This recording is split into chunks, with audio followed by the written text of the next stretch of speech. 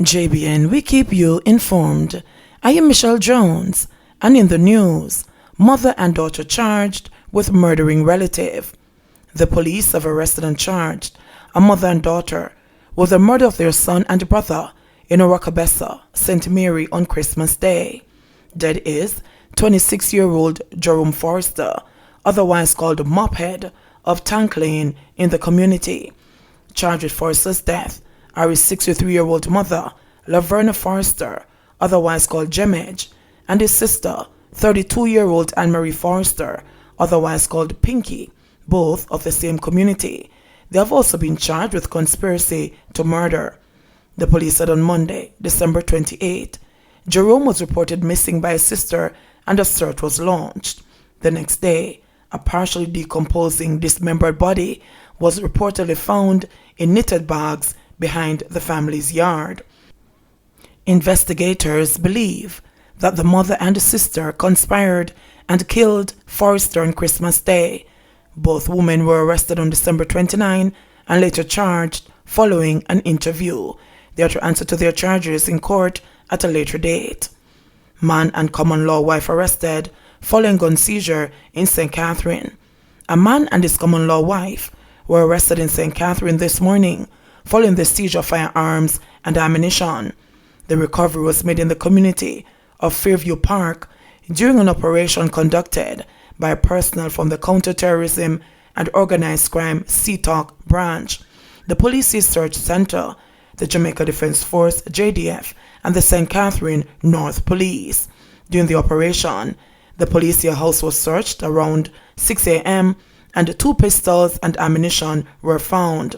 According to the police, a chrome Smith & Wesson revolver with 4.38 cartridges and a Smith & Wesson Springfield P99 with 1 magazine containing 10 9mm cartridges were seized. The man and his common law wife were arrested. 18-year-old charged for Christmas Day murder in Kingston. 18-year-old Preston Evans, otherwise called Zazu, of Georgia Street, Kingston 13, has been charged for the murder of a man on Christmas Day. Evans was charged on Monday, January 4. His court date is being finalized. The incident happened on Tawara Crescent, Kingston 13. The deceased has been identified as 21-year-old Romaine Atkinson, a construction worker of Tawara Crescent, Kingston 13. The police report that about 2:20 p.m., Atkinson was at home when he was allegedly pounced upon by Evans, who shot him several times. Atkinson was taken to hospital where he was pronounced dead. Evans was later arrested.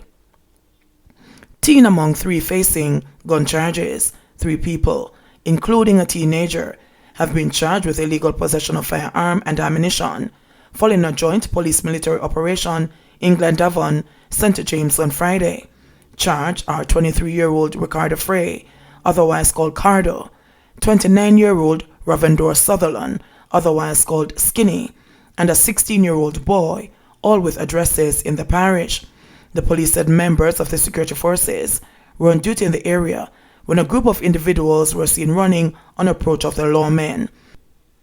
The 3 were reportedly held, and a .45 firearm with 7 rounds of ammunition was seized. The incident happened around 12:15 a.m. The police said the men and the teen were charged following a question and answer session on Monday. Westmoreland teen charged with sexual offenses. The Westmoreland police have arrested and charged a 17-year-old boy with rape and grievous sexual assault following an incident at his home in Church Lincoln, Grangill, Westmoreland in November 2020. Reports from the Darlington police are that the teen and the complainant were allegedly in a relationship. It is further alleged that the complainant visited the teen's house and he had sexual intercourse with her without her consent. A report was subsequently made to the police and an investigation carried out. On Monday, January 4, the teen was arrested and placed before an identification parade where he was positively identified. His court date is being finalized. Man, 52, charged for sleeping with 15-year-old.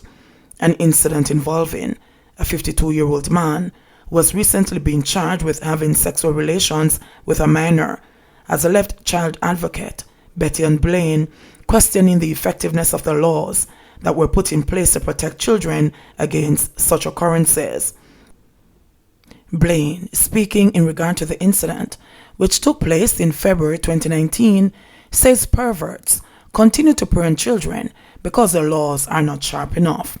The law needs to have more teeth, because if there was more harsh punishment for their behavior, I'm sure they'll be scared to carry out such acts, she said. For 2021, these things have to stop. These men can't continue to do our children wrong and get away with it. As was reported, the child, who was 15 at the time, was involved in an intimate relationship with the man, and they had sexual intercourse on several occasions. The St. Catherine police revealed that they were forced to investigate after an incident between the two was brought to their attention. According to Blaine, cases of such nature are very prevalent within Jamaica because both citizens and those in authority tend to turn a blind eye. As an advocate, we see these things very often, but the problem is that we in Jamaica haven't been successful in prosecuting these kind of cases, Blaine said. Incest was one of the fastest growing crimes in Jamaica at one point because we have gotten accustomed to hearing about an adult raping a child and nothing comes of it. Blaine believes that in an attempt to solve some of these cases, the relevant authorities should check some of the teenagers who are at women's centers. Most of the women we see leaving the women's centers are teenagers, but nobody's trying to figure out how they ended up there. These cases should be investigated for sexual abuse and give these young women justice, she said. Blaine believes that the changes brought on by the COVID-19 pandemic will also contribute to a rise in cases as authorities don't have as much access to communities due to curfews and other measures. Children just have to now be responsible and speak up for themselves if they are in a household with persons who don't care much about them, she said. Pastor party workers still not paid. Persons employed to the Jamaica Progressive Party, JPP, have started the new year in gloom as they have not yet received payment from the pastor party. One employee, who claimed to be owed $400,000 since last August, indicated that communication with the JPP has stalled as there has not been any discussions with the employees as to when payments would be made. We have not yet get paid. No letters, no meetings, no email, nothing at all, the employee shared. When contacted, Robert Rainford, JPP's General Secretary, he declined to provide a comment on the matter. Last October, he said that the payment was imminent for the workers. The employer alleged that more than 300 persons were employed by the JPP last year to help secure victory in last year's general election. The JPP, led by Gilbert Edwards, claimed to have had US $50 million tied up in the international system, unable to transfer to Jamaica. However, Rainford did not provide explanations for the party's source of funds. The JPP, Jamaica's fourth political party, piqued the curiosity of Jamaicans before the election on September 3, when it proposed to clear Jamaica's debt within the first 100 days in office, abolish income tax, and turn the island into a kingdom. However, the party pulled out of the running mere weeks before the election, citing marginalization and systemic discrimination. In a letter to the members of staff dated October 1, Edwards said, "I say to you in parable, we will culminate with a well-deserved crescendo in less time than we could possibly believe. Progressors, I look forward to rewarding each and every one of you at that time." Jamaica records 84 new COVID-19 cases, 1 death.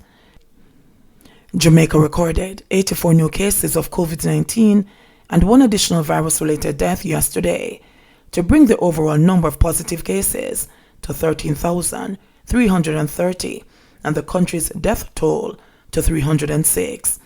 According to the Ministry of Health and Wellness, a 31-year-old man from Hanover was the country's latest fatality. Of the 84 newly reported cases, there were 34 males and 50 females, with ages ranging from 3 to 90 years.